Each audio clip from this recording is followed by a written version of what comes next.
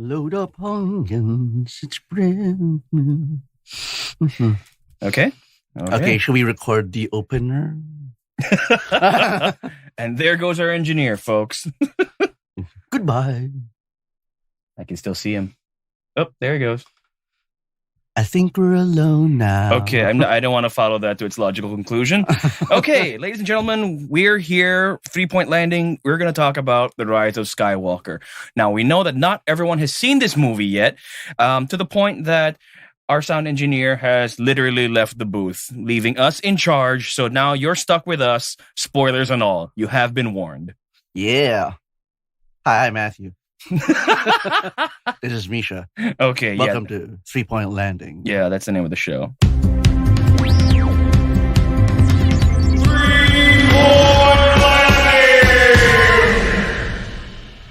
All right, so The Rise of Skywalker is being marketed as the final story in the Skywalker saga. Now, we know it's probably not true because you've seen 2 previous ends to Skywalker stories over the last 30 years. But the screening of the movie had a little bit of a kink here in the Philippines, in that it got run over by the annual Metro Manila Film Festival. Yeah, so the Metro Manila Film Festival basically holds our cinemas hostage for about a week, 2 or 3, and basically no foreign movies get to be shown during that time. Pretty much. So what happened was Rise of the Skywalker was shown for a very, very small amount of time. Right, and that was only because that local fans, started a petition asking Disney to please let them see it the same time as the rest of the world. So, yeah, because, it might seem like a trivial matter, but you have to consider that during that time that the film fest happens, everybody else gets to watch the movie and talk about it and spoil it a bit. So, local fans just wanted to have the chance to, at least be able to see it and, get in on that before the discourse runs its natural, energy towards January. Right. When did you see it? Because there was only a 3-day window for the general public to see it. I saw it on the 17th. I think that was a few days before it opened. It opened here from the 20th to the 22nd. Yeah. So you got the press screening on 17th. I got onto a regular screening on the quote unquote opening day 20th. Okay. Was it a block screening or just a regular? Just a regular screening. I watched it at the IMAX in Mega Mall. Oh, nice. That's a good screen if you can get decent seats. Oh yeah, I got center rows, center column, perfect. Very nice. Actually, I've seen it twice by this point, I must say. I went to a screening by the Fievel first. They're always a great bunch of guys and gals. They dress up as Star Wars villains and they raise money for charity. Their outfits are top notch. I mean, people were going crazy just getting their selfies with stormtroopers, with Jawas. There was even Emperor Palpatine there in the middle of Bonifacio Central. So everyone just had a good time. Everyone was in a very good mood. The second time around that I went to see it. All right. Okay. So let's set some ground rules. No. We got to do this. If we're going to be talking about this, we have to set some ground rules. All right. Okay. First off, no ancillary material. If it's not on screen, it doesn't count. Got it. Yeah, no, I concur with this. Because I don't want it to be a situation where I'm griping about something and then you tell me, oh, but if you read this comic book. Yeah, no, that's not fair. I am 100% in agreement with this. No, we're not going to talk about EU. We're not going to talk about deleted scenes from previous movies that, made it onto the Blu-rays. Right. Those don't count. Don't count. None of that stuff. Whatever is on screen, that's what we're talking about. And at the very most, the stuff that has been seen on general release before. Okay, yeah. We'll only talk about whatever happened in the existing movies. Yeah. Nothing more, nothing less. Yeah. Okay? But if you want to talk about The Mandalorian, I am down with that. Yeah. We can do that in a subsequent episode, right after we rename our show the Star Wars Show with Matthew and Misha. I don't think anyone would be opposed to this. Okay. So you've been warned. Spoilers start now. Okay. What did you think? I had a good time. But I think it was for me, the experience was very much that. You ever hear that old chestnut about that Alfred Hitchcock says, wherein, you go to the refrigerator and you get a sandwich and suddenly the problems of the movie become apparent. Right. For me, I had a good time, and it was only after thinking about the movie for some time that it started to come apart for me. You had to wait until after to start thinking about it? No. What I mean is like, like the deeper problems for me, or the deeper critiques for me didn't catch on until I was like home already, and I was like, hey, wait a minute. Well, to be fair, it moved around at a very fast clip. Yeah. It was paced like, there was no room for a bathroom break anywhere during this movie because it was just zipping along. And I think for me, that was part of the problem. Part of the problem was it felt overstuffed, but it felt rushed at the same time because it felt like that J.J. Abrams was trying to do 2 movies worth of work. Yeah. Because he knew that this was the last one and he had to undo everything that everybody hated about Last Jedi. Yeah. And get that out of the way before moving forward with his story for Rise of Skywalker. Yeah. I want to focus in on that point. Yeah. So 2 things for me are happening here, which is, like you said, it's going so fast. And I think in the first half of the movie suffered from a case of like MacGuffinism, where it's like, absolutely, where it's like, and I'm going to suspend critique or complaints about that stuff. Okay. Of what happens in it, right? And like focus more on the structural stuff, which is, it felt like a case of like, we gotta go do this thing to get that thing to do this thing, and then when we get that thing, we're gonna do that thing. Like, it was a video game. Yeah, like the movie felt very fetch quest. It was a series of fetch quests. That's exactly right. It was like playing a video game from 20 years ago, and the only thing you got to do, 10 years ago, or even 10 years ago, find the key to open the door, to get the thing, to unlock the other thing, to find this, and it was just one after the other. And fetch quests and MacGuffins are fine, but I feel like, okay, you're kind of leaving the character development on the floor when you do that. When you do that for a long stretch of time. Okay, for anyone who doesn't know what a MacGuffin is something that Alfred Hitchcock termed as basically it's something that drives the plot. It drives the plot, but it's not important what it is. Yeah. Right. Think the briefcase in Pulp Fiction. To this day, we don't know what's in there. It doesn't matter. All you know is that people will kill for it. Yeah. Okay. Sometimes they might elaborate on it or expand on it, but like from a writing perspective, it's really just there to drive things. Right. And in this case, they had something like 2 or 3 whole MacGuffins. They had that Sith knife. They had those Sith wayfinders. It was just one thing after another they had to find to put together a puzzle that wasn't even all that much of a puzzle at the end. Yeah. And like I said, as I alluded, I was on board for the idea of chasing Sith wayfinders. Okay. Like, oh, Sith wayfinders, Sith knives. Those things are genuinely interesting to me. It's just like it made the movie. Their existence made the movie suffer, no matter how inherently interesting they were. Okay, now here's the thing. For anyone who needs a quick refresher, the movie starts exactly the way this conversation started. We jumped right into it. We may have gone a little bit too fast, but that's exactly the way the movie goes. It starts out by telling you in the first 5 minutes, Palpatine's alive. Kylo Ren is looking for him. The dead speak. Palpatine's back. Okay, we're going to talk about that in a minute. Okay, let's just do a little summary first, right? All right. Okay, so Palpatine is alive, and apparently everyone's okay with this. And he's assembled the largest fleet that anyone's ever seen, and each one is armed, apparently, with a Death Star laser. Okay? So imagine like a bajillion Star Destroyers, each one with the ability to incinerate a planet. And our heroes, having found this out, take it upon themselves to beat an arbitrary deadline of 16 hours. I don't even know where that came from. Yeah, and you know what? It's fine if you have a deadline of 16 hours, but I also didn't feel like that those 16 hours were being measured properly over the course of the film. We'll get to that. So they got 16 hours to find the planet of the Sith where Palpatine's been chilling this whole time and where he's parked the biggest bad guy fleet that anyone's ever seen. So our heroes have to find him. Kylo Ren is on the hunt for Rey because Palpatine says he wants the scavenger dead. At the very beginning of the movie. You know, we're just meant to accept that Palpatine's alive. So, okay, fine. It's a little bit of a stretch because he's never been hinted at in the last 2 movies. This is exactly like, this is like Spectre, that god-awful James Bond movie where the bad guy claims he's responsible for all the events of the previous 3 movies despite no foreshadowing whatsoever. Yeah. It was exactly like that. But, long story short, their search takes them to a number of planets where they meet a number of different people. And in the end, Lando helps them assemble a big fleet of regular people to help take down the evil empire. Yeah. And at which point, Kylo switches sides, helps Rey fight off the Emperor. they kiss, and the galaxy is saved. The galaxy is saved. That's about it, right? That was the movie in a nutshell. There are other points that happen in this, other things that happen in the story in the minor details, but the broad strokes, that's pretty much what happened. And if we feel like we want to go over those smaller points, maybe we will. But basically, that's the gist of the film. Okay, so just to be fair, what did you like about it? A lot of the stuff, as just with the Sith Wayfinder, a lot of stuff I'm on board with. It is like a loose collection of ideas that I can get behind.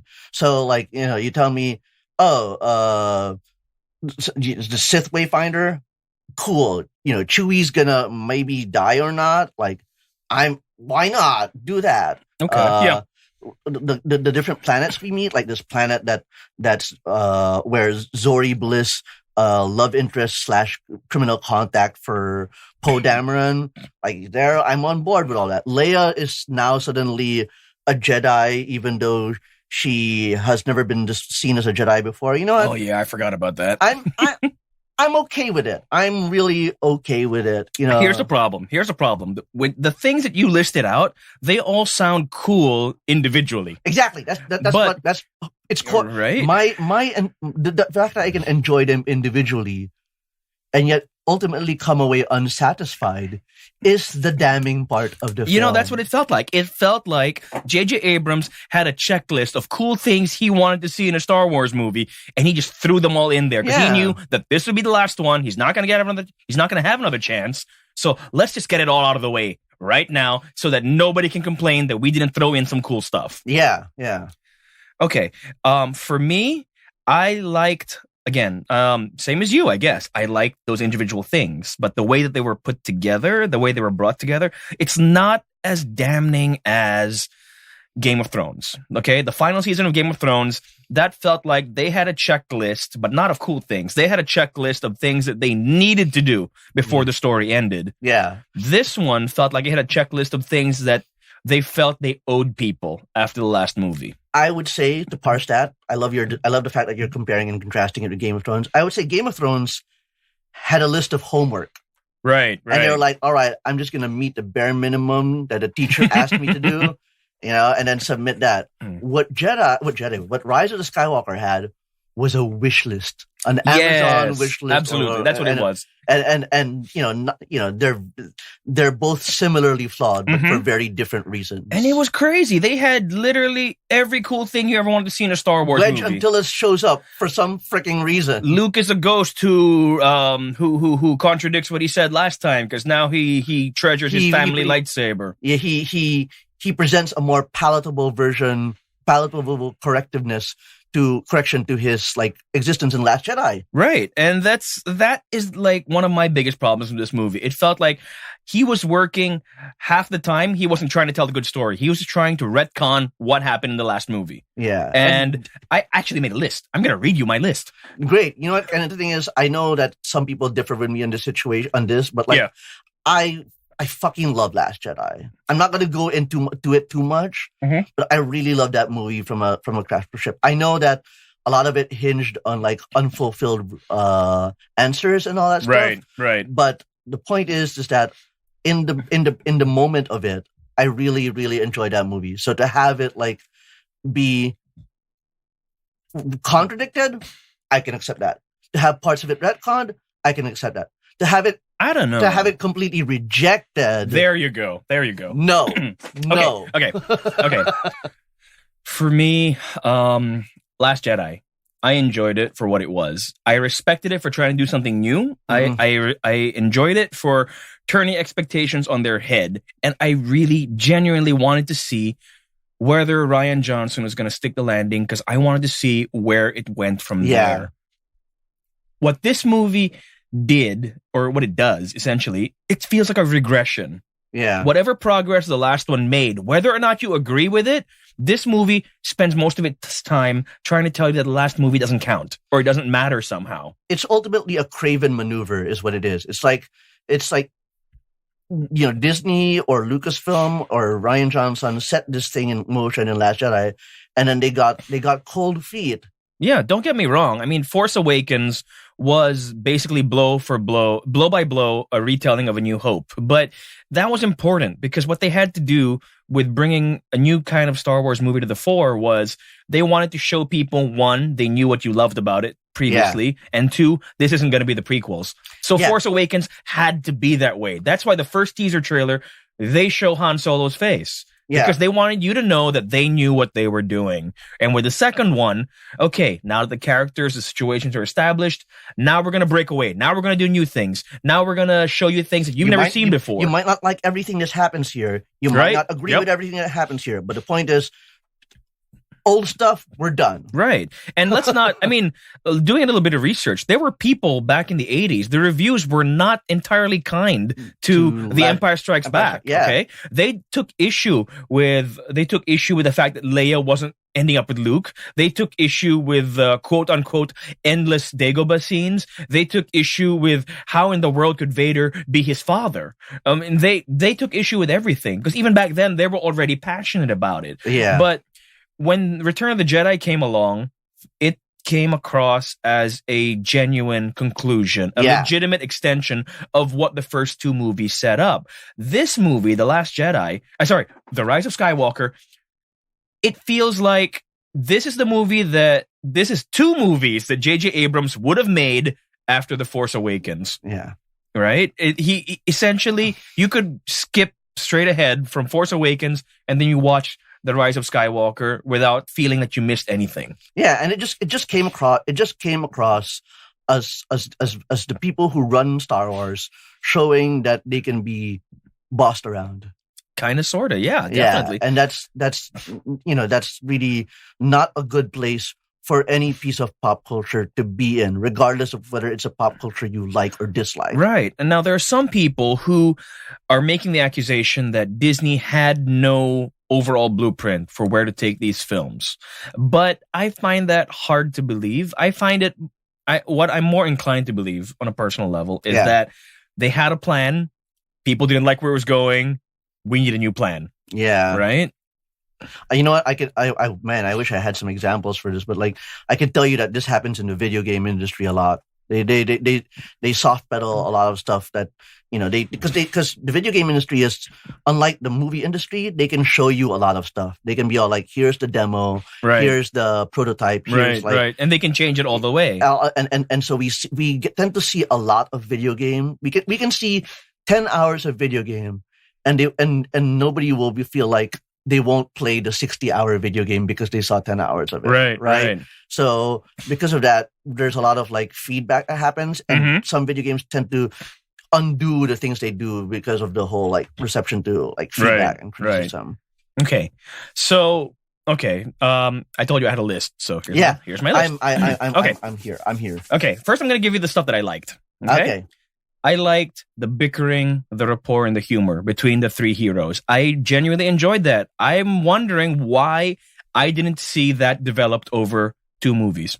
I loved it. I loved it so much, and I think I wish it was developed over two movies, but even if we only had it in one movie, I wish it went somewhere thematically. Yeah, but the thing is now we just have to accept that they're all buddies. They're all good buddies, even if they've only shared like maybe 4 scenes between them previously, because Last Jedi made a point of splitting them up in different directions. Yeah. So we don't even know where this camaraderie is coming from. We just have to imagine in our head they've had all sorts of wonderful, crazy, zany adventures where they learned about each other, but not enough to know that Poe used to be a smuggler. Yeah. Okay. You know what?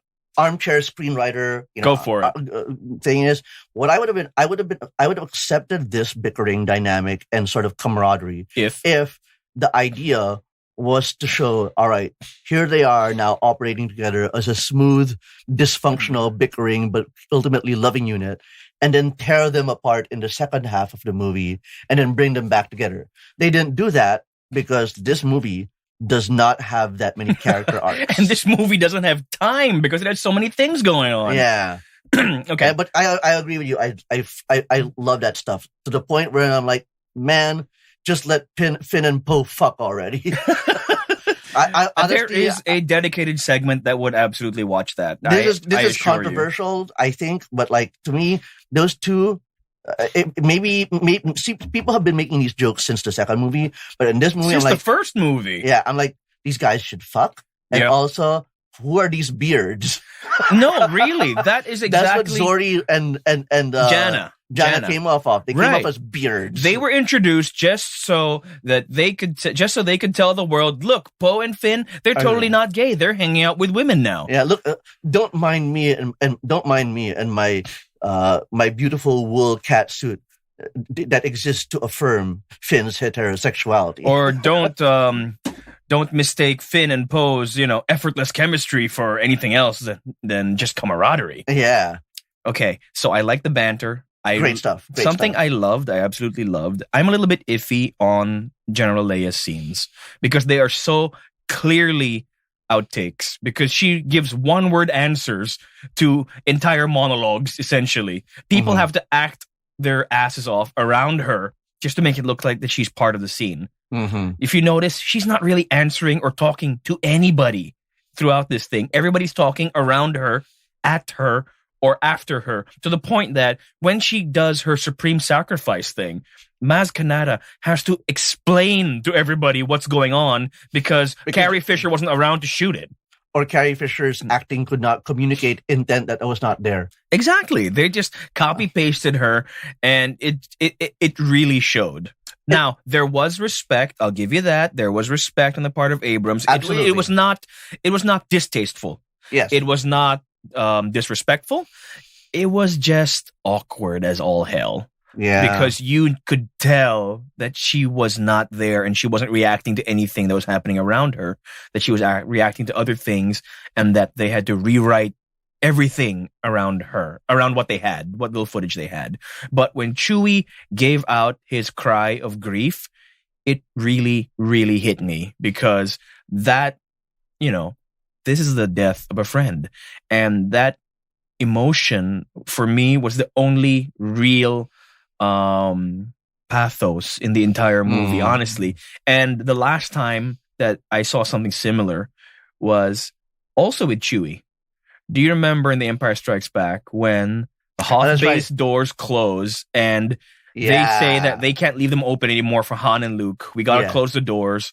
Chewie lets out this howl of anguish the second the door closes. Yeah, and you just feel his pain. I love that stuff. Sorry to interrupt you. I just. No, it's all right. The moment that you're sharing is so like I know it by the way that like I'm feeling the emotion with you. Yeah, just that whole doors closing and just going and like absolutely. and it's a cry of like anguish and desperation and like disappointment, knowing that they held out as long as they did. When Chewie falls to his knees in this one, I mean, like, and he just howls, you just feel it, Yeah, for me, like on my personal list, I would say that I would put the Leia thing on the sideboard of uncertainty, which is to say that I'm still not sure how I feel about it. But because they did what they could? No. I'm just saying is that I think I need to watch it a second time. Fair enough. So basically, I accepted it in the moment, but what you tell me feels so authentic that I will believe. I believe it. That I will consider it when I watch it. You will never unsee it. People will say like a whole minute worth of dialogue, and then she'll just give the equivalent of okay. Yeah, it's ridiculous. And we're talking about Carrie Fisher here, right? An actress who is not exactly known for her for holding things back. Yeah, for holding things back. I mean. But as far as paying respect to her and her memory, fine. J.J. Abrams did a good job. I'll give you that. Yeah, I'll give you that. Yeah. Okay. I liked Babu Frick. I loved that little droid hacker. I really did. I mean, he was just, there to sell toys probably, but I loved him. He was hilarious, and he stole every scene he was in, honestly. I'll give Disney one thing. I think Disney is smarter and more organic about doing their toyetic stuff than Lucas ever was. I don't know. Dio didn't really work for me. The new droid. He didn't really work for me. I'm sorry. I didn't even think of Dio, so maybe I'm talking out of my ass here. But I thought like remember when they marketed the porgs? And they were everywhere. They were everywhere. The porgs were kind of over marketed as far as merchandise was concerned. Right. But when you saw the movie, I was like, oh, okay, they're not like crawling all over the film. Right? No, but that Star Wars and marketing have always gone hand in hand. Think about it. Nobody once in any of the 9 movies ever says the word Ewok, yet everybody knows what they are. Yeah. Okay, so that's the power of marketing right there. Yeah. I'm just saying is that I'm just trying to say like Babo Frick and the porgs and all that stuff, like these things are like effortlessly cool. To be fair, yeah, that was cool. Yeah. I also liked seeing Wedge again because Wedge is awesome. He's like, he was a pilot in all the original films. He's actually Ewan McGregor's uncle in real life. Yeah, that's right. Which is crazy. I think, should I say this? I heard that when they were doing The Force Awakens, they wanted a role for Wedge in it. Right. And then Dennis Lawson, the actor who plays Wedge in both the original movies and in this movie, he said like, nah, I don't want to do it. This looks like he said some negative stuff about no kidding. About it, implying that it was kind of beneath him to do it. I see. And I was like, you might be right. You may be right from a personal level. Right. But don't be uncool and say that in public, guy. Well, I don't know. For me. So when I saw him, it kind of soured it for me when he showed up a little bit. That he didn't stick to his guns? No, just like, oh, I know you. You're the guy who talked shit about our family. You know what I think? Honestly, I warmed up a little bit. Yeah, because he's still Wedge. Because prodigal son.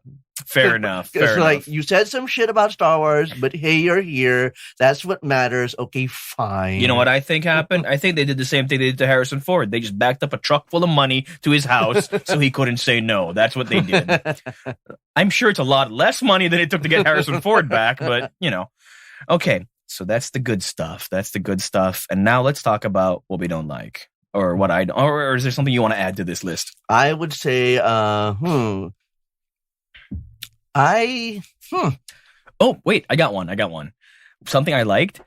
I liked that they retained the Force link between Kylo and Rey. They developed it. Yes, they did. I loved it when she pulled a reverse Die Hard at the end, where she puts her hands behind her head, and she sends over Luke's lightsaber to Ben. Yeah. And that was cool. Now that stuff is boss. That really was. And I also liked hearing all the voices of the Jedi at the end. Yeah, to spur her on. Everybody you expect, like even a couple that you don't expect. Luke and Yoda, and the ones that you don't expect, like Ashley Eckstein as Ahsoka Tano. Right. And Nick Fury as himself. As Mace Windu, yeah. That was good. I loved hearing all of those. Even now, Freddie Prinze Jr. can say he was in a Star Wars movie. Oh, yeah.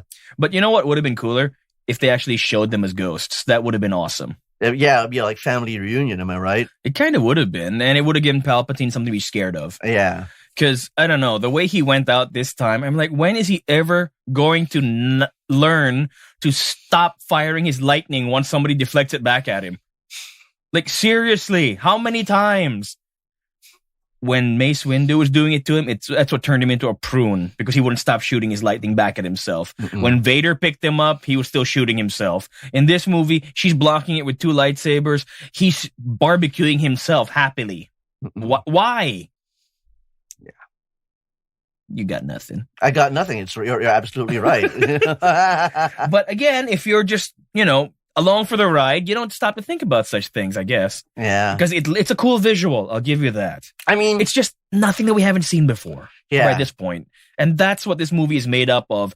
It's made up of a lot of cool stuff that we've seen before, time and time again, and just repackaged, which I thought after the last movie, we had moved beyond already. Exactly. Okay. Let's talk about retcons. J.J. Abrams has gone on the record as saying that he loved his collaborative process with Rian Johnson. That's what he said. He said that he absolutely loved the choices that Rian Johnson made, because while they are not the choices that he would have made himself, they forced him to think more creatively in approaching this one, and I swear, to take risks that he wouldn't have taken otherwise. I want to talk about 2 things for a brief moment. Go for it. Number one. Yeah, I don't believe him either. You touched upon this idea of Disney like having a plan, and I feel like and undoing it. Yeah. I feel like plans are overrated. Okay. Like they're fun to talk about in the making of specials and in the Hollywood Reporter features and all that stuff. Yeah. But in the end, I think they're ultimately bullshit. Like they're just a part of industry myth making and industry rhetoric that I don't really care for, and so I try not to factor them in too much. And so it's not, to me, that's not valid.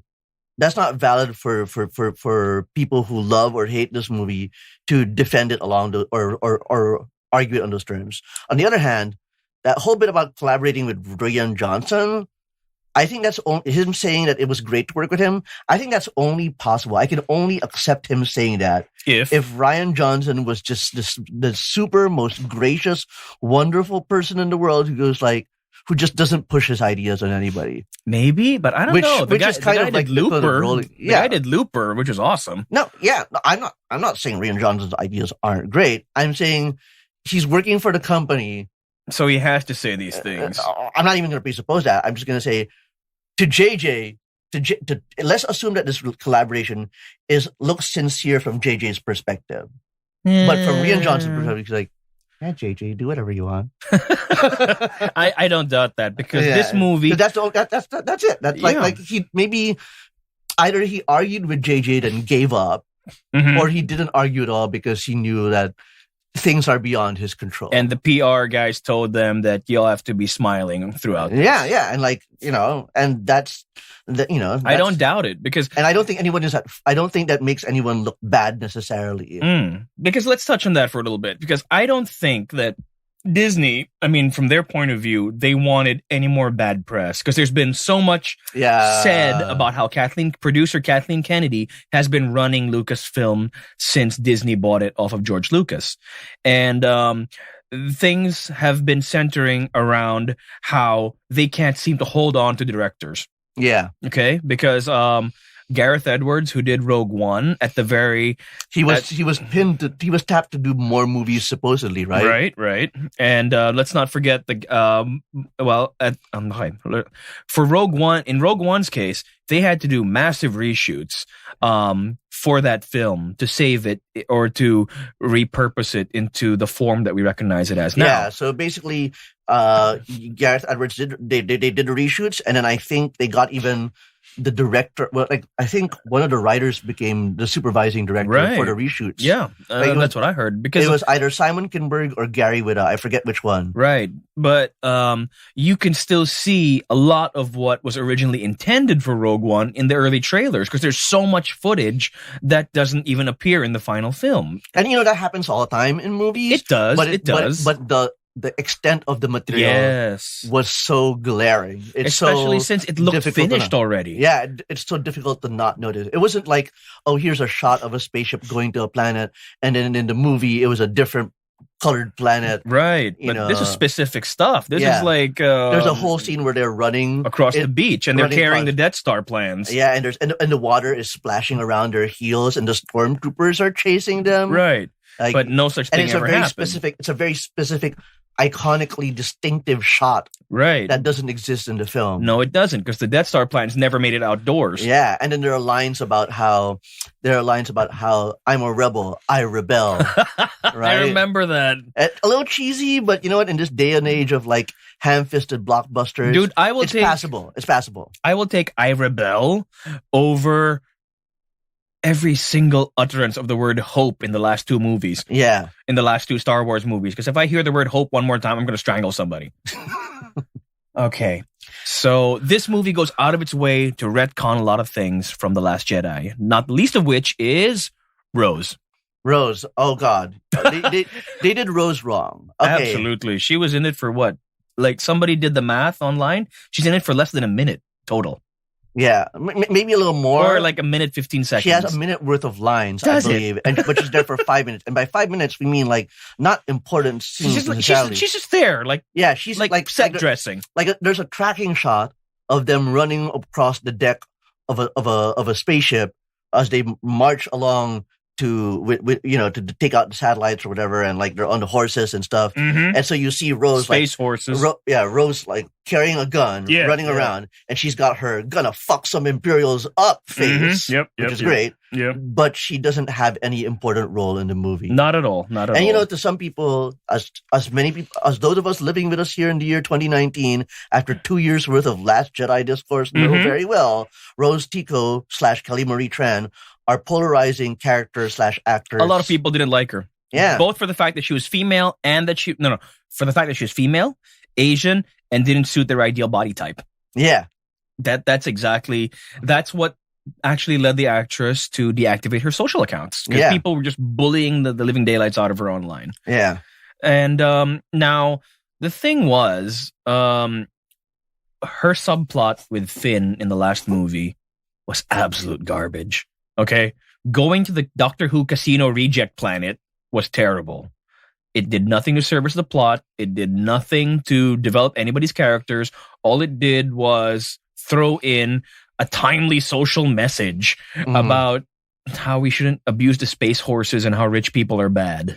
I don't necessarily agree with your assessment, and we don't have all the time in the world to debate it in a conversation about Rise of Skywalker, but let's zero in on what we're trying to get at here, which is that idea that no matter how poorly written or poorly served you think Rose Tico was in the previous movie, to diminish, to put her in the next movie, meaning actually still keep her. Right. Instead of just flat out saying, She died somewhere, or she's not here, or she's getting her own spin-off movie, whatever. She's in Carbonite. Anything, or, anything. Yeah. To put her in that movie, and then diminish her role to the point of, like, being trivial. Yeah. To making Cameron Monaghan, who plays one of the technicians on the Resistance, and Greg Grunberg, who plays Pilot Snap Wexley, to make those characters have more lines than her. Right. Even though they had not been important before, just because they're good buddies with J.J. Abrams from previous projects. From Lost and stuff. Like, it's disgusting because it's basically... Here's how he say it. Either they just couldn't. They were conceding to the trolls and saying, "All right, want to make everyone happy, so we're just gonna not have Rose Tico here. Feed those like internet Star Wars haters and give them what they want. No more Rose Tico." Or that was not the intention, but they were too stupid to realize what it would look like. I don't think so. I don't think that it was unintentional, because after the backlash from the last movie, there was just too much riding on this one for anything to be left to chance. Everything in this movie was a decision, a conscious decision. That's what makes it more offensive. So if she has X seconds of screen time, that's because somebody made that decision. That's all she would get. I'm not saying like you're committing to a stance here, which is that was intentional. I don't care if you're right or wrong. I don't care if I agree or not. The point is that in both realities, it would still be shitty. That is true. It would still be crap. It would be crappy even if it was an accident. You want to hear something even crappier? What? The screenwriter, Chris Terrio, has gone on the record as stating that the reason that she has so little screen time is it's Carrie Fisher's fault for dying. Because he said that, oh yeah, we left her on the planet on purpose because she was meant to have like a whole ton of scenes with Leia. But she died, so sorry. You're the writer. You can rewrite that. Exactly. You rewrote everything else around her death. But, they're just making excuses at this point. That's, oh my God. I don't know. This can be cut from the episode if you want to, but I just want to say I'm just really disgusted with any writer who says who makes excuses for bad choices by saying, well, it's the character or it's the world. I'm like, you wrote that world. He also wrote your favorite movie. Do I need to remind you, Chris Terrio? Which movie did he write? Was it was it Tu Wong Fu? Thanks for Everything, Julie Newmar? Because I love that movie. No, I'm being sarcastic. He wrote Batman vs Superman. Oh man, fuck that movie. I haven't seen. I watched 40 minutes of it and I couldn't finish it. And then he wrote Justice League. Haven't seen it. I envy you. Yeah. Yep. Anyways. Yes, this is his brilliant reasoning because Carrie Fisher died, so Carrie Fisher's death robbed Rose of her scenes. Okay, sorry, I'm sorry to derail this podcast episode, but what happened to Michael Arndt and Lawrence Kasdan and literally anybody who's actually a screenwriter? Lawrence Kasdan wrote Solo, so I don't think Disney wants him back anytime soon. Look. And everybody's allowed one out of one movie or 2 movies or 3 movies out of 10 movies can be bad for this. Chris Terrio wrote not just 2 bad movies, 2 execrable pieces of garbage. Okay, in his defense, and I can't believe I'm defending this guy, he also wrote Argo. Hey, that was pretty good. But then again... This is not an Argo podcast, so Fine. Okay. Another thing they retconned that I didn't like was Luke coming right out and saying that I was wrong in that last movie for being the way I was. You're supposed to treat a lightsaber with respect, and I'm not supposed to feel bad about nearly killing my nephew. I'm supposed to be a paragon of virtue, so here I am. Just the way you want me to be. I got nothing except, yeah, fuck that shit. And can we just talk about... No. We'll get to the what the frack moments later. We're still doing the retcons. I just realized this episode I've been swearing left and right. Yeah, I know. My mom's going to kick my butt. Thank you. And normally I really try to keep it contained here, but I think I agree with you too much to not swear. To not... Like you say a thing, and I go, right. That's true.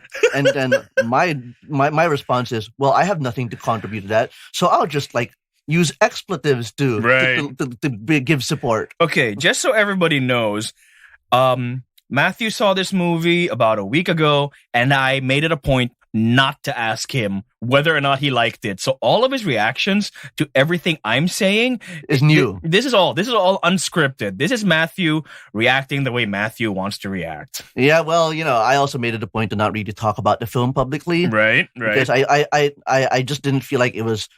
I don't feel like I'm a person who's special enough to tell people, I saw the movie. Hear ye my opinion. Nor am I interested in having to entertain debates about it with different kinds of people. I know it sounds bad, but basically what it is that you don't talk to everybody on equal terms. Of course not. So it would feel a little silly and frivolous to try to engage with everybody on some kind of weird Skywalker discourse when I don't even hold my own opinion as sacred over others. Okay.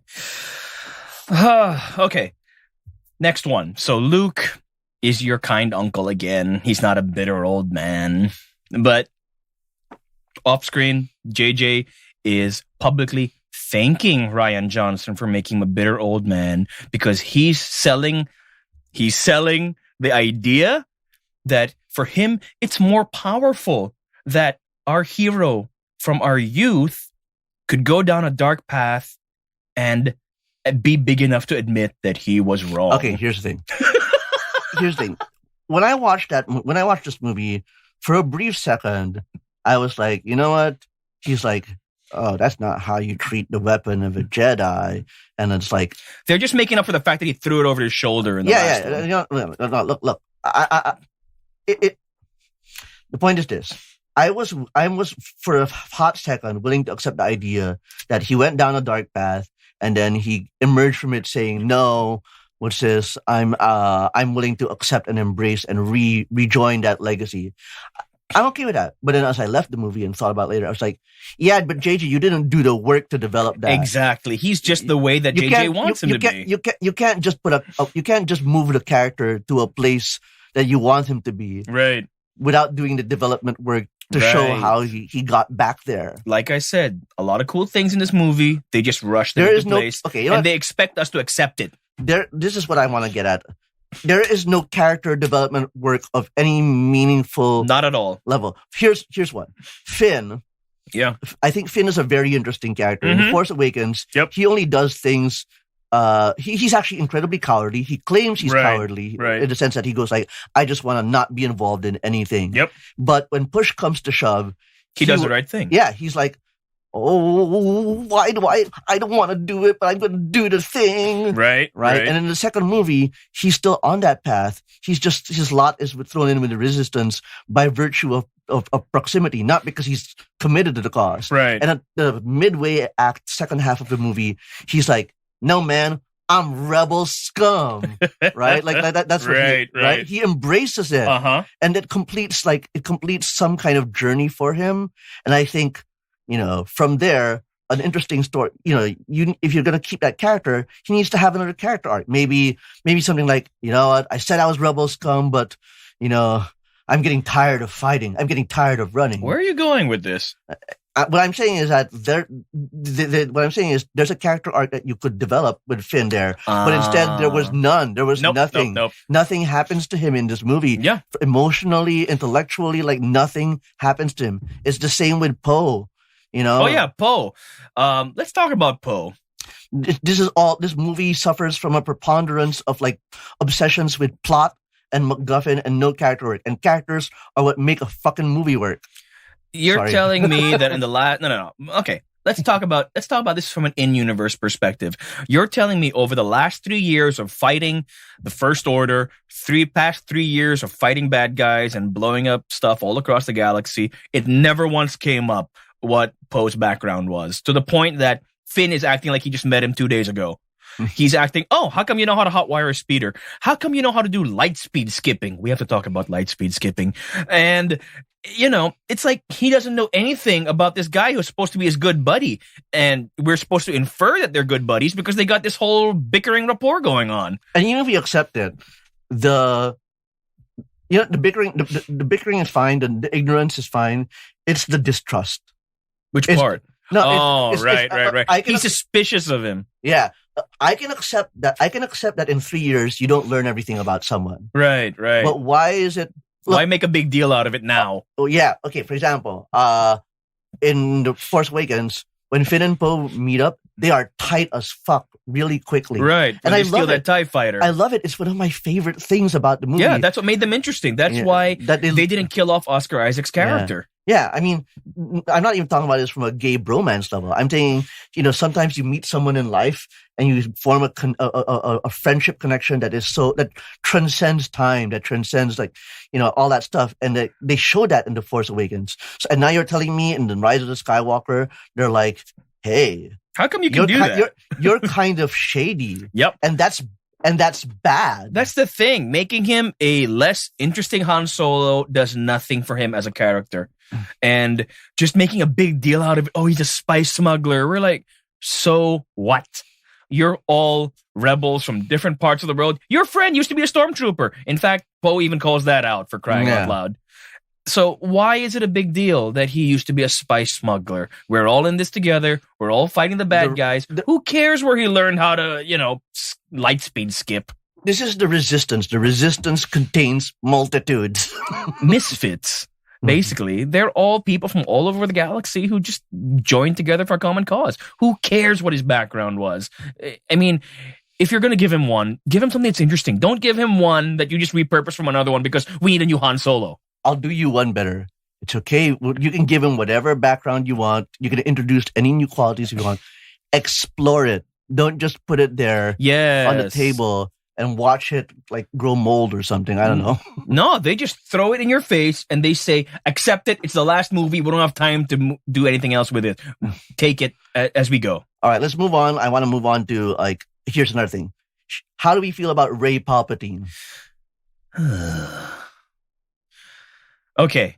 One of the things I liked about the last movie that a lot of people didn't was that the Force was not beholden to any specific bloodline. That's the whole point of that Harry Potter ending of the kid who picks up the broom with the Force, right? Yeah. It's as long as you believe in yourself and you put in the work that maybe, just maybe, you can tap into this mystical force that affects everyone. Between Luke Skywalker, who, to be fair, is from a bloodline, but between Luke Skywalker and Broom Boy, the implication was, the next generation of Force can come from anywhere. Of Force warriors shall come from anyone, from the lowborn to the highborn, everywhere. And it doesn't help that Princess Leia at some point, General Leia tells Rey never be ashamed of who you are at the beginning of this movie. And the last thing that Rey does right after Leia dies is steal their family name because she's ashamed of who she is.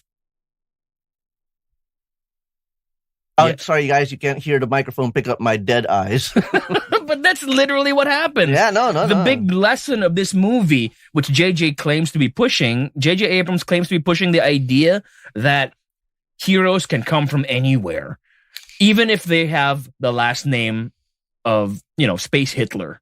But at the end of the day, she doesn't want to be associated with Space Hitler, so she co-opts the name of these twins who are too dead to fight back or to say anything. And what was that woman doing with her space camel in the middle of the desert asking people their last names? Or they had to justify the title somehow. They had to justify the title. They needed some Skywalker to rise. She needed someone to talk to. She needed someone to talk to. So she's like, what's your name? And by talk to, I mean talk at. What's your name? No, what's your last name? Who asks these questions? God. Okay. You know what they should have done? They should have made her walk around and she said, "Hello, I'm a space census taker." Just to give her some reason for existing other than Rey just stating her last name. But really, that whole end scene was just there to put her up against the twin sons. Okay, so for me, where Rise of Skywalker took me, it took me to a place that I feel ashamed of. Yeah, you've been cussing like anything. No, well, there's that. I feel ashamed in the sense that it took me to a place that I always found distasteful among people who watched The Force Awakens or were not comfortable and watched Last Jedi and were not comfortable. It took me to a point where I was like armchair theorizing, speculating of the movie that could have been and not the movie that I got. You know what I think would have been a good move? Give me episode 9, parts 1 and 2. Yeah, sure. Why not? That would have been good because that would have given the story time to breathe. That would have given them time to build up the things that you mentioned, the things that felt rushed, the things that felt arbitrary. They could have spent time actually building them up. Not the least of which was the threat of Palpatine, for example. Like I said, it's because they're too beholden to the idea of trilogies and having 3 trilogies. I think they could have gotten away with it if they said part 1 and part 2. Episode 9, part 1 and part 2. I would pay to watch that. And everyone else would too. I think I'm saying is your idea is a great idea, but the artifice, the conceit of 3 trilogies is too much for them to break from. I have no argument, but that would be freaking great. But on the other hand, I think it would have just drawn more attention to the fact they were making up for the last one. Well, whatever. At least look, you want to walk Disney and Lucasfilm. You want to walk back the movie? Fine, you can walk back the movie. Do it. But don't give me a bad movie to go with it. Or don't at least give me some storytelling that's functional. A lot of the people online who seem to have enjoyed it and who ardently are defending it are the same types of people who tell me that I just don't understand because I'm not a true fan. The same people who tell me that you just don't like Batman versus Superman because you're a Marvel guy. Okay, that doesn't make sense. All right, I don't want to talk about this topic necessarily about the idea of true fan, but only because I think not only do I think it's bull, but because it distracts from. It's basically saying we could engage in criticism, we could engage in discourse, right? But we're going to invalidate all of that by just putting a label on you and saying we're done, and we're saying we're done with it. Yeah, exactly. And that's not an argument. That's a dismissal. Yeah. And it doesn't help that I actually write film reviews for a living. But you cannot prove anything about art by making an ad hominem attack against the person critiquing the art. Well, apparently, by virtue of being a critic, I am the enemy because it wasn't made for critics. It was made for true fans. And that argument doesn't hold water because for as long as I can remember, I have lived and breathed this Skywalker saga. I remember when it was, and I'm not even kidding, I know this for a fact, before 1997, the 3 Star Wars movies were 6 hours and 12 minutes long. Okay? I actually know that because I knew them forwards and backwards. So I've been growing up with this. This has been a part of my life for so long that to have somebody come up and tell me that I'm not a true fan because I don't like something that's inherently flawed. I don't think that flies. No, for me, loving something doesn't mean that you can't spot what's wrong with it. Yeah. Doesn't mean that you can't call out its flaws. In fact, I don't think I would be this upset if I didn't love Star Wars. Yeah, no, and here's where I sit with it. I sit with it by saying, like, I actually identify as this very strong Star Wars fan too. Yeah, but you had a Star Wars wedding. Yeah, and I'm not even going. My passion for Star Wars is so deep. I'm not even going to attempt to qualify or quantify it to anyone, because I believe that no matter how big a fan of Star Wars I am, I'm not entitled to tell people what they think about movies. Right. You know? Right. So instead, I'm more interested in like whether or not this movie is you know, like is good or not, whether it actually satisfies the rules of storytelling. Yeah, absolutely. And, you know, because I can like shitty movies for being crappy, you know? Yep. You know, we talked about this before. I will watch Fantastic Four 2005 over and over and over again. I thought we were never going to talk about that movie anymore. Well, no, I'm going to keep bringing it every episode. And here, you know, I want to wrap this up a little bit, but what I was getting at about shame, is that it made me want to start writing a movie in my a treatment of a movie in my head, and I felt dirty just thinking about it because it made me feel like those guys who are like, oh, The Last Jedi was not good because it didn't fulfill my fan theory. You know what? It didn't fulfill my Reddit post, and that's what it felt like for me. Like, you know, oh my God, I'm getting so emotional just thinking about it. No, it's okay. Go, let it out. Yeah, it's like, okay, when the rise. Here's the most condensed example of a sort of backseat writing I can come up with. Go for it. When The Last Jedi happened, I'm like, oh man, what's gonna happen next? What's gonna happen? We don't know. Oh my God! Right. I like the not knowing. Yeah, the not knowing was exciting, and I was thinking, and I got the fan theory that got into my head, which is very open to interpretation and has a lot of space in it to write. By the way, my fan theory was like, all right. They come out on a trailer. It says The Rise of Skywalker, and I misread that movie title. The hell did you read? The Rise of the Skywalker. And here's what wormed into my head. What wormed into my head was this whole, like, the light rises and the dark rises to meet it in The Force Awakens, and the whole, like, hey, you know, anybody can come from anywhere, and, like, you know, well, the Jedi were flawed. They were a series of failures, and they were a bunch of morons. Yeah, and Ben being all like, I want to be Sith, but you know what? I think Sith is being wrong, but I really love being Sith. Like, all of this complicated appraisals of what it means to be Jedi and Sith, and trying to like reject the old ways while still respecting them. I thought, what if I don't know what happens in this next movie? I don't know what's going to happen in The Rise of the Skywalker, but what I want to see is a holistic integration of everything, a new way of thinking about the Force, a new way of thinking about the Force warriors. I don't know what it is. I'm not going to pretend what it is. And when at the end of the day, 500 years later, they'll say, like, you know, they were Rey was the first of the Skywalkers. Like, the Skywalker is the title. You mean they're a new sect? Yeah. Or like the name Skywalker ceases to be a surname, and passes on into legend. Okay, right. That's the fan theory I had in mind. Okay, and deliberately underdeveloped to the point where like there's nothing that you could put anything into it. Okay, and so to see it just go like, you know what, regress, and just like say let's just do greatest hits. That's what this movie was. It was greatest hits of Star Wars. Greatest hits, yeah. It's safe. It's easy. It's what everybody, you know, it's comfort food. That's what it was. And I think that's the reason. Mess of comfort. It's like going to a buffet. It's like going to Vikings. Everything or 101 food of Hawk or whatever thing. You go there, everything you like is there, but it's not necessarily arranged in a palatable way. I got it better. It's good. What? Okay, I got one. It's like going to a concert of a band you've been following for 20, 30 years.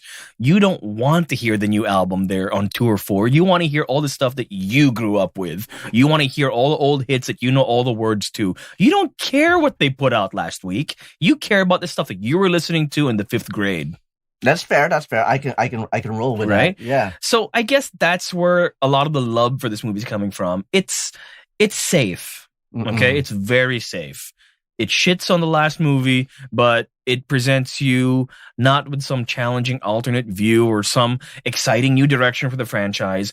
It just gives you everything that you already knew, so you can go to bed safe in the knowledge that Star Wars is still the way you remember it. Yeah, I guess that's fair. I mean, at the end of the day, I have like been very upset or like emotional about this film, but at the same time, I don't think it really will diminish my love of Star Wars. Yeah, I mean, I still love Star Wars. I'm looking forward to like the next movie that will come out that may make me briefly forget this movie. No, and like because we have to accept now in popular culture, we have to accept now nothing dies. Yeah, nothing dies. Nothing stays dead. And after a while, everything just becomes like washed away. You know what else doesn't stay dead, Ray? Oh my God, they were playing musical chairs. Oh, no, you're dead. No, I'm dead. No, you're dead. No, me first. It was ridiculous. Like, seriously, why didn't her corpse disappear? Because, she has to be brought back. Okay, fine. That's lazy writing, but then why didn't Leia's corpse disappear? Until after.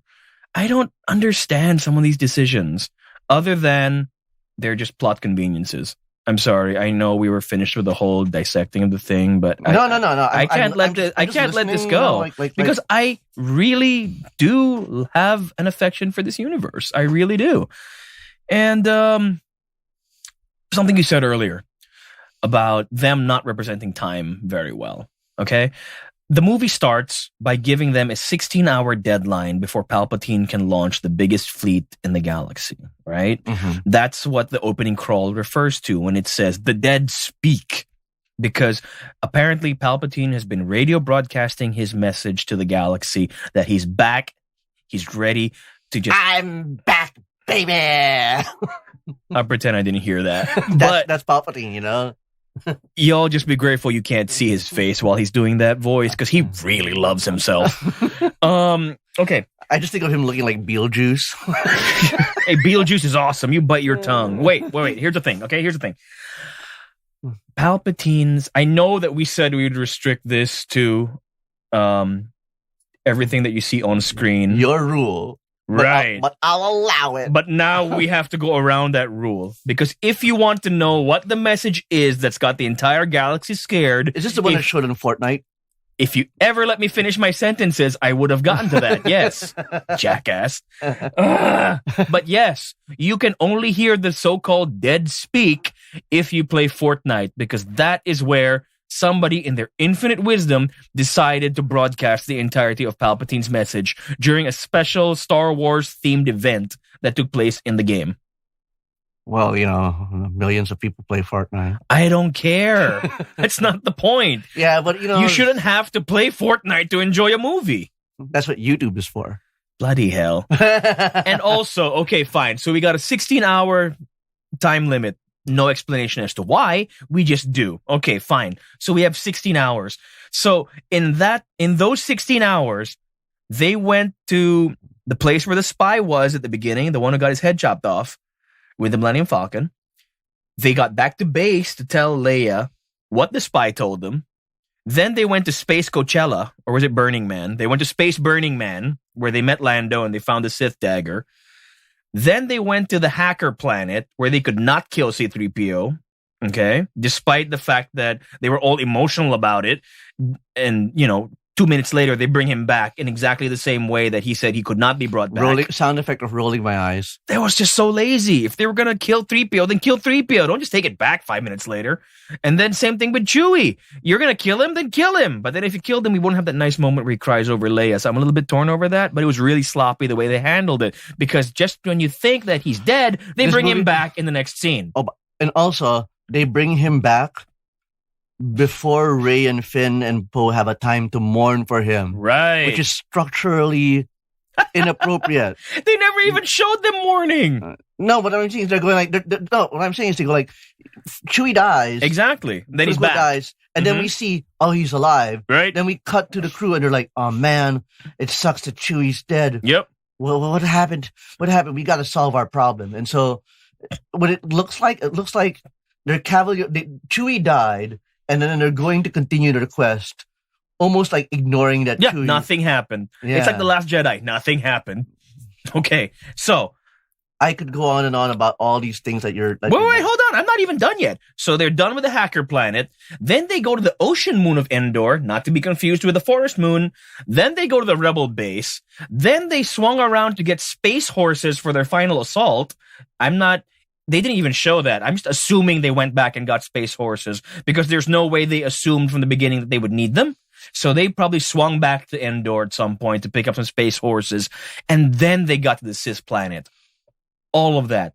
All of those things that we've been talking about happened in less than 16 hours. And somehow, in the last two, maybe, however long it took to get to the Cis planet, Lando was able to convince the galaxy to rise up when the death of Luke Skywalker himself could not inspire anybody to come to the rebels' aid. How did this happen?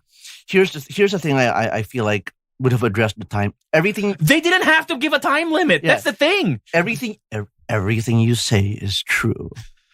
If they didn't paint themselves into a corner by saying that all this has to happen in 16 hours, I would have no issue with it. But they made a point of putting a 16-hour time limit on everything that happens in this movie. The other option, and there's movie screenwriting rules, the other option is if you introduce a time limit, reinforce it by updating us on what time we're at.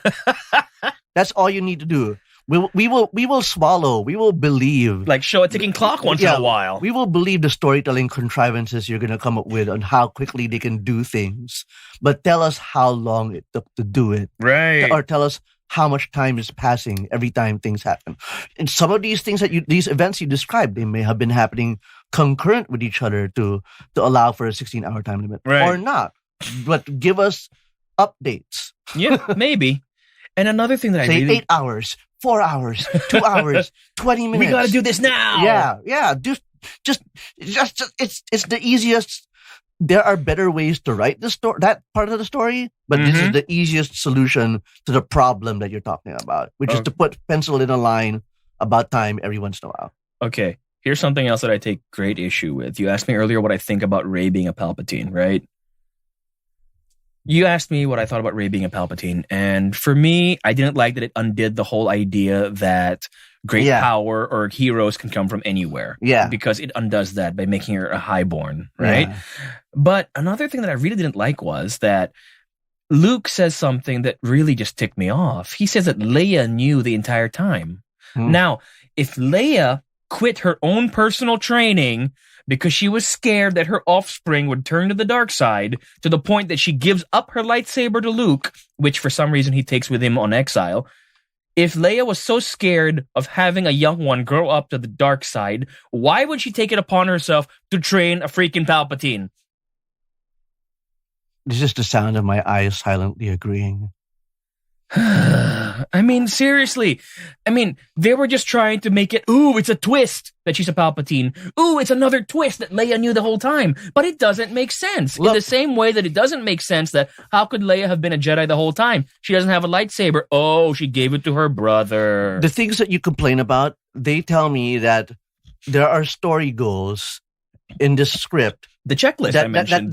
That I can accept, but they didn't properly review the script to see if there's any internal coherence. So personally, when I did not examine the story, watching the movie, I was just going like, you know what? I'm not happy with Rey not being I'm not happy with Rey having her parents be junk traders. Yeah. Dying of a pauper's grave. Sold you for drinking money. Yeah, sold you for drinking money. I was not happy with that. But the moment they said she's a Palpatine, I'm like, you know what? I'll allow it. I'll accept it because I don't want to spend the entire 2 hours of this movie being angry over one minor plot point. But then when the movie goes and runs its natural course and does the things you describe, I'm like, all right, now that's crap. Yeah, now you got to talk about it. Yeah. Again, this is my stance for the movie. Things individually can accept. You did not build a coherent movie around the things you needed me to swallow and accept. Okay. I'm open-minded ako sa negosyo. Fine. Ngunit. Okay, I got one last thing. One last absolute thing that really pisses me off. every time that they come up with the giant doomsday weapon, there's one weak spot. There's one thing you got to take out, whether it's the shield generator, it's the exhaust port in the reactor, they go straight to the reactor. There's always one weak spot. It's become a trope at this point that there's just one thing you got to take out to knock down the big spaceship or the big space station or whatever. It happened in Star Wars. It happened in Independence Day. Just take out the one little thing that we forgot to guard against, and you'll take everything down. In this movie, it just makes no sense. Even if I can get behind the idea that Palpatine could put together the largest fleet in history and fully staff it, okay? And the nerd in me knows that every Star Destroyer has something like 27,000 people on board. Mm-hmm. Depending on the size of the Star Destroyer. Depending on the size of the Star Destroyer. But even if you can accept all of that, why in the name of all that's good and clean are they unable to escape a planet's gravity without the help of an antenna on the ground? Explain that to me. And that antenna on the ground didn't even have to be on the ground, apparently, because you can transfer it to the command ship. And if the command ship can have a signal that can elevate everybody out of the atmosphere, why don't we just share that signal with everybody else? Oh, because we need a cool sequence to use space horses on riding on a spaceship. My wife and I were talking about this movie. If they couldn't do your 2-movie idea, right, which is great, by the way, yeah, they should have delayed this movie. Yeah, just to, at least so they can work out the kinks. They should delay this movie and because one thing that makes Force Awakens beautiful, I think, is it's pretty obvious that they worked 4 years to make this movie. Oh yeah, they went for.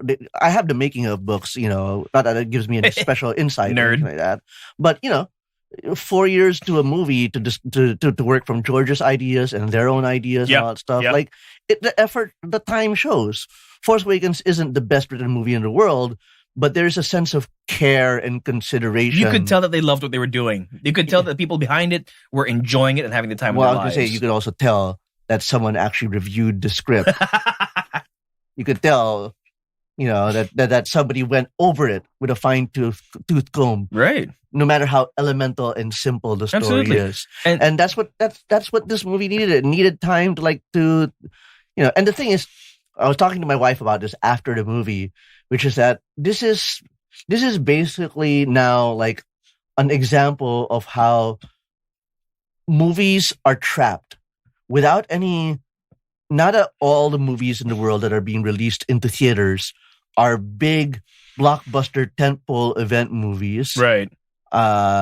And everything is riding on them because that's the only way they can make money in the theaters. Yeah. Because romantic comedies don't bring people anymore to the cinema. Right. At least not in the way that will deliver big bucks. Well, because nobody wants to take a risk these days. Yeah. No one wants to take a risk.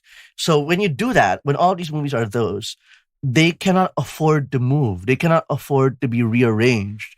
Like, basically, Rise of the Skywalker was trapped to be released this year. And no amount of, hey, we need to fix the script. Hey, we need to think about they would not have had the privilege or the luxury of those story repairs. Okay, because there was no chance they were going to go let's because they have a release date set in stone. Yeah, and 20 years ago you'd be like, oh, you know what? We're not feeling good about our $200 million movie. Let's just replace it with a star vessel. You know what? I don't know about that. As much as I want to agree with you that it would be a headache and a half to reschedule hundreds of thousands of theaters around the world and tell them they got to show something else for Christmas other than Star Wars, I think that the world's largest, most profitable studio could have pulled it off. Because it's not the first time. It's not the first time. Yeah. Even Warner Brothers, they moved Wonder Woman like a year because they wanted to get it right. The director wanted to get it right. But I think, if you can move a tentpole further along to get it right, I don't think the fans would have complained as much. Well, for all of Warner Brothers' faults in handling the DCEU or any other movies that they have historically, and again, there's a conversation about film studios now. Go for it. They have demonstrated a willingness to move dates around, and I guess that's just in Disney's corporate character to not want to do that kind of thing. Even Fox will do it. I think the only people who would have complained for a 12-month delay would have been the shareholders. Yeah, basically. But it also shows how much power and how much inflexibility the company has under shareholders. And this is why we can't have nice things. Yeah. Oh, I mean, I don't want to contribute to the cultural degradation of cinema as much as I enjoy $200 million blockbuster movies. But at this point, Disney needs to be in a position where they're like, oh shit, this Star Wars movie isn't working. Put a Marvel movie in its place. What I think they should have that power to do it. They should have another thing ready to put onto its place, like. No. What I think happened was, I think they were just so confident in JJ that they didn't feel the need to do the emergency surgery that they did to Solo and to Rogue One. That is true, though. I mean, Kathleen Kennedy and J.J. Abrams are like toit, Yeah. And so I guess, actually, man, I would love to talk about this in a future episode. I do think that to some degree, the Disney Corporation is rife with nepotism on the filmmaking level.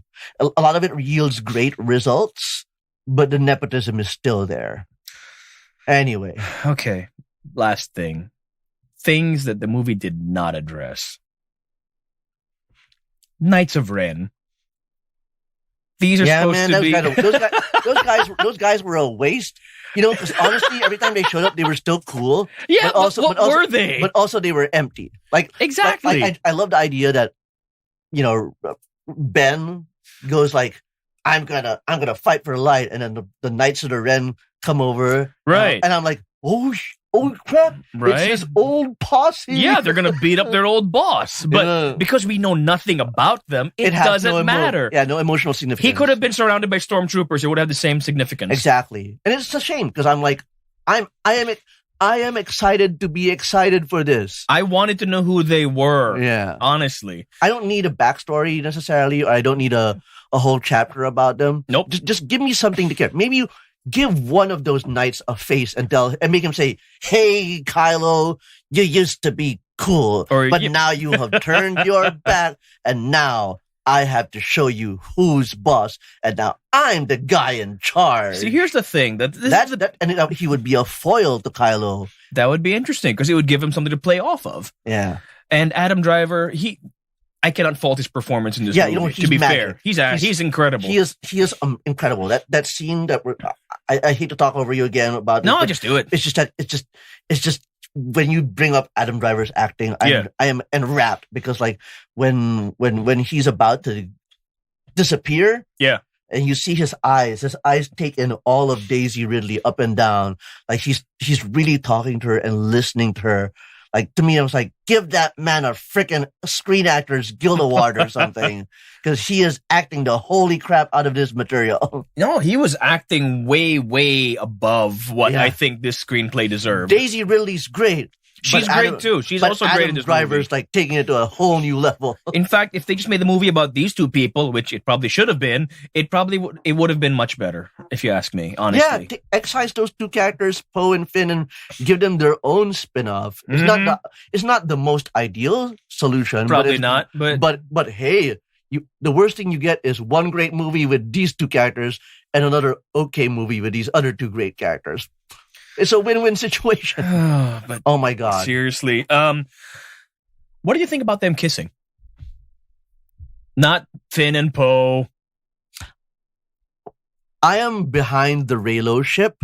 I support it. I love it. There's all that, all that. Okay, look, when they're doing the Force FaceTime and Last that is Jedi, awesome. That's awesome. They're basically, hey girl, what's up?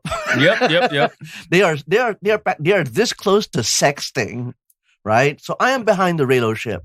Okay, yeah. But in this movie, they didn't build it up. Not earned. It's the same argument that we've been making. It's a cool idea, but they did nothing to build it up. They could have.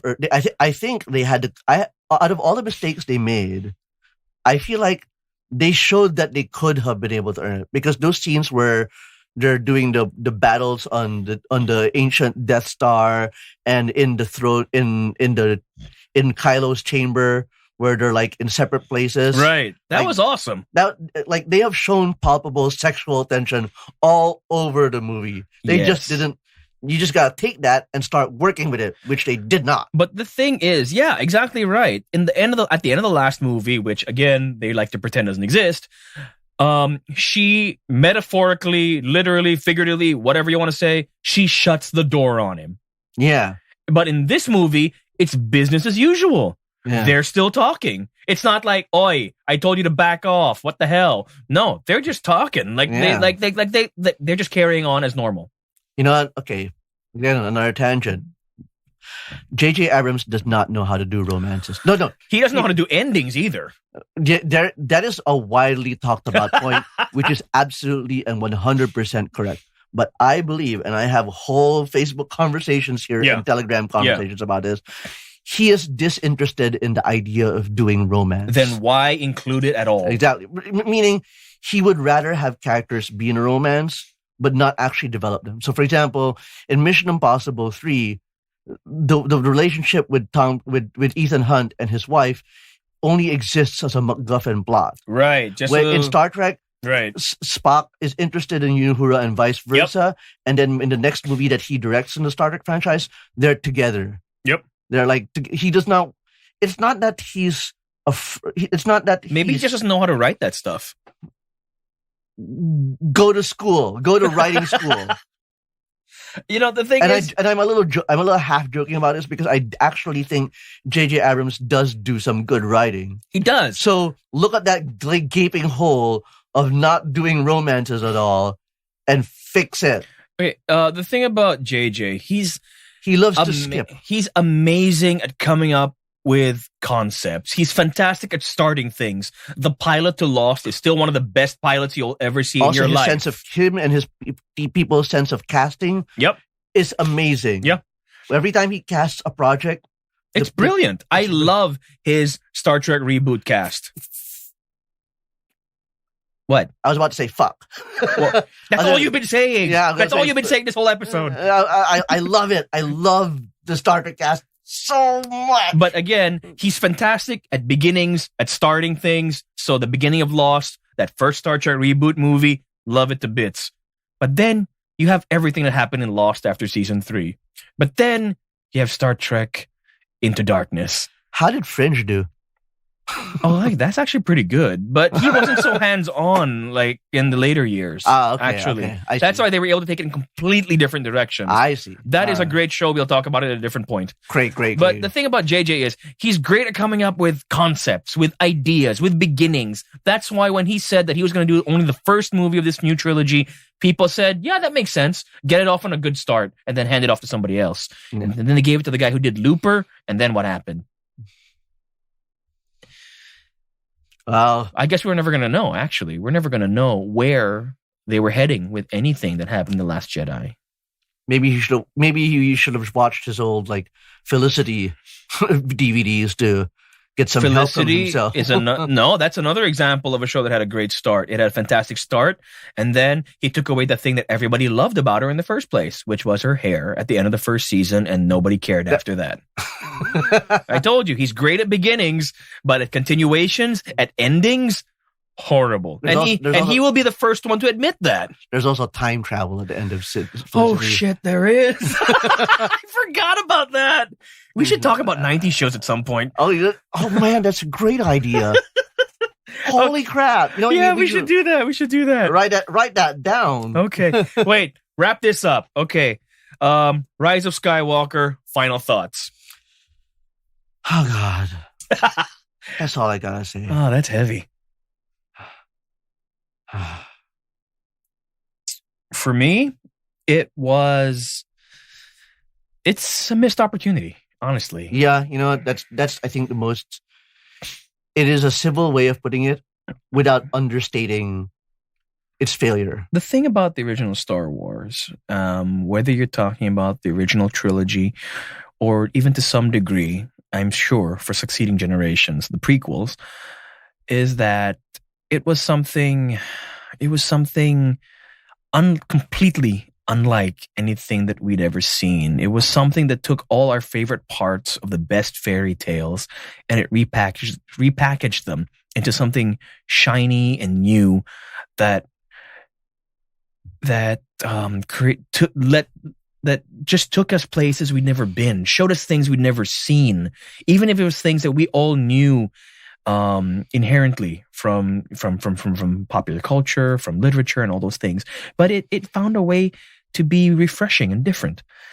And that's why, for all their faults, the prequels, they're still adhering to that same philosophy of trying to tell some kind of ancient story, just dressing it up with robots and lasers. And in the years that have passed since, because there's so many new franchises, because everything is built on special effects now, maybe it's because everything now is influenced to one degree or another by the original Star Wars. Maybe it was too much to hope that this new trilogy was going to show us something new. But for a time, I actually thought they were going to pull it off. And that's why, for me, it is ultimately disappointing that this last movie decides to go off on a kind of greatest hits tangent rather than say anything different or do anything new. The way I see it is, this movie showed us, for now, who knows what the future will hold. It shows us the limits of J.J. Abrams' storytelling ability, keeping in mind, of course, like the specific timetable that he had to produce the movie. Like, he can only do so much. You know what I mean? And I'm not saying that to excuse him. I'm saying it because it's disappointing. He's, it's like your child or your son disappointing you or whatever, or your family disappointing you. That's what it felt like to watch this movie, which is to see a movie that you had so much not hope for necessarily. Like, I don't want to overhype the movie. Yeah. It was just like, look, I don't need you to beat Last Jedi. Mm-hmm. I just need you to, or any of my favorite films, even. Right. Or your favorite film. Right. I just needed to succeed and to on the terms that it sets for itself and to be good, and it couldn't even do that. And it's like, wow, I guess I cannot expect JJ to surprise me. And second of all, I guess I make peace with that by saying, at least it's not as bad as the prequels. Like, I'm not even saying that as a joke necessarily. I know we love to laugh about how bad the prequels are, but it's like, that's the sad and sorry state of this movie, which is that it's only excusable because it's not as bad as those movies, but it still remains the worst of the others. And that's actually what breaks my heart at the end of the day. Yeah. Once upon a time, Star Wars movies were an event. They were something to look forward to. And now, with everything that's happened, it's just another franchise. And I think that's the most heartbreaking thing of all. I'm not going to go to the extent of some people and say that it killed my childhood. My childhood is still there. Mm-hmm. I can go back and watch the Blu-rays whenever I feel like it. I can always go back to the old films. But moving forward, it's just sad that it's just not as special as it used to be. Yeah. I told my friends before we watched Rise of Skywalker, I said, you know what? If Rise of the Skywalker, rules, I'm going to go home and I'm going to say, hey guys, let's break out the dice and the pencil and the paper and let's create more Star Wars stories. Yeah. And I said, and if Rise of the Skywalker sucks, let's go home, break out some dice and some paper and make more Star Wars stories. And so that's where I am now. I'm just going to play the pen and paper RPG. Yeah. While waiting for the next Star Wars. On my end, it's how the Marvel Cinematic Universe has ups and downs, right? Yeah. Okay. But they're average, in my opinion. Their average is pretty good. But the thing is, if I enjoy the film, if I have a good time, first thing I do when I get out of that cinema is I'm going to go ahead straight to the toy store. After this movie, all I wanted to do, I just wanted to go and buy Mandalorian toys. Well,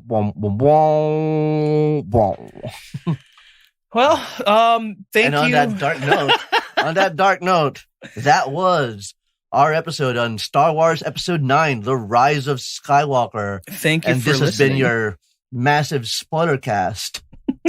Thank you for listening. This is our biggest episode ever. We hope you're still with us. And if you are, We can promise you there's going to be a lot of great stuff coming up in the year. This is our last recording for 2019, and this is our first episode for 2020. So we have a lot of stuff lined up, and we hope that you guys are still around to hear it. This has been 3 Point Landing. Godspeed.